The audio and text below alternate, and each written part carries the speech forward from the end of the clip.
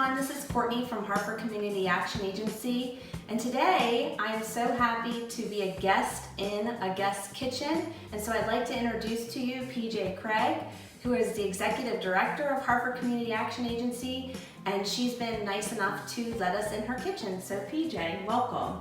Thank you so much for having me today, Courtney. You're welcome. So today we are going to make veggie wraps. The reason we're going to make veggie wraps, well, a couple reasons, is because this specific recipe is very flexible. So there's a lot of ingredients that can be used that you can substitute.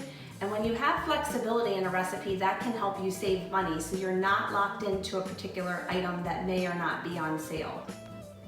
The other reason I like this recipe is because it includes at least actually 3 of the food groups. And what I like to encourage is for people making the recipes, when you're making food or you're making snacks, to try to work towards using at least 2 of the food groups from my plate when you're preparing a food item.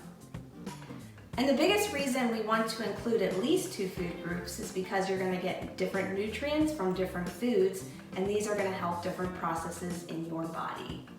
So as I mentioned, we are in PJ's kitchen. So PJ, I wanted to ask you, what are some of your favorite things to make and eat? Some of my favorite things to eat are anything that has fresh vegetables or fresh fruit. I love smoothies in the morning. I love a salad for lunch. I love any kind of wrap.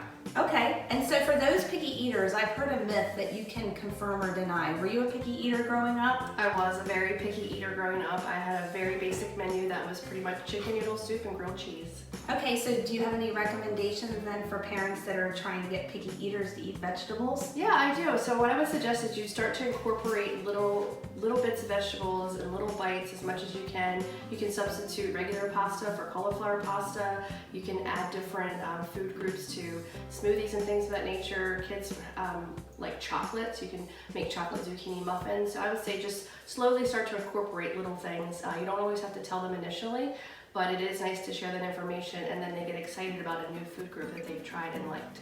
Those are all good points. And one last thing. So let's let everyone know, what is one item that you did not like growing up that you now eat? Vegetables. Okay, and what specifically?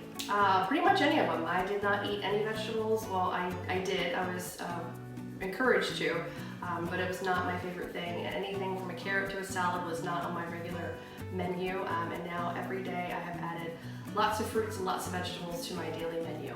So there's hope. There is hope. So let's talk about what is actually in the veggie wrap. So first we're going to have some radishes. This recipe calls for 4 large radishes, but the store didn't have them. So we do have some small ones, and we're going to use a bunch of them. Next is a carrot. So we have that. Next is a cup of salad greens, and you can choose any kind. We're going to use arugula because that's what I prefer. Next, 3 sprigs of fresh herbs, and we chose cilantro. Next, a lemon, which we're going to zest and use the juice.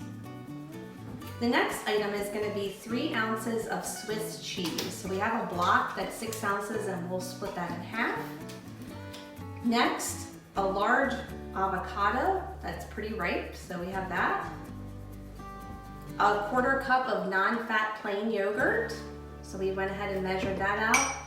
And then finally we have our whole wheat tortillas, which are going to be for the wrap. Before you get started in the kitchen, always wash your hands with hot water with soap and water. So the first thing PJ is going to do is she's going to wash all the produce, which we already did, and then the next step is she's going to use a peeler to peel both the radishes and the carrot.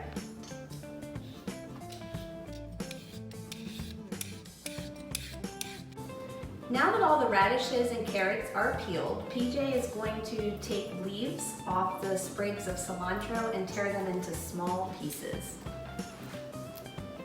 Next, PJ is going to zest a lemon. And when she's finished doing that, she's going to cut the lemon in half, and she's going to take the seeds out.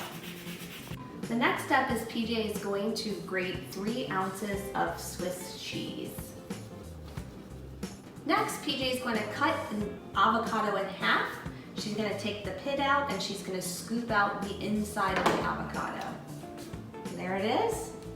She's going to take the pit out. So the easiest way to get the avocado out of the shell is to safely and lightly slice along the sides, and then it's just easy to slice around the outside, and then you can literally just pop it out. But as I mentioned, it can be very dangerous, so you're gonna wanna make sure that you don't actually puncture the shell and cut yourself. Next, PJ is going to use a fork to mash all of those ingredients together. And then when she's done mashing it, she's going to stir in a 1/4 cup of yogurt we set aside.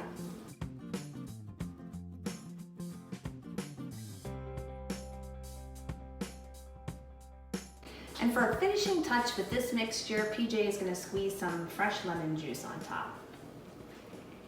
Look out for seeds. So next you're going to take 3 tortillas and microwave them for 30 seconds or as long as you need to. So now that the tortilla is warm, PJ is going to place the warm tortilla on a cutting board, and she's going to start layering her wrap. So first is going to come some of the avocado and cheese mixture in the middle. Next, some of your salad greens.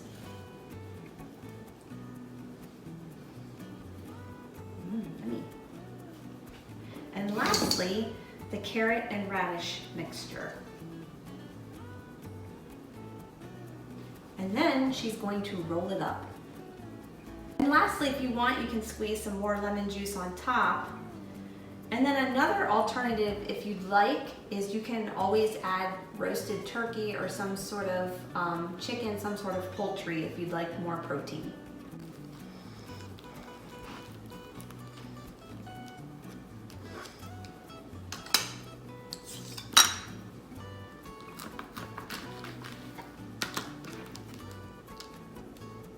If you'd like smaller pieces, like for children, you can always cut them into pinwheels. So you can either eat it as a wrap or you can eat it as a pinwheel. And cheers! Now it's time to eat your veggie wrap.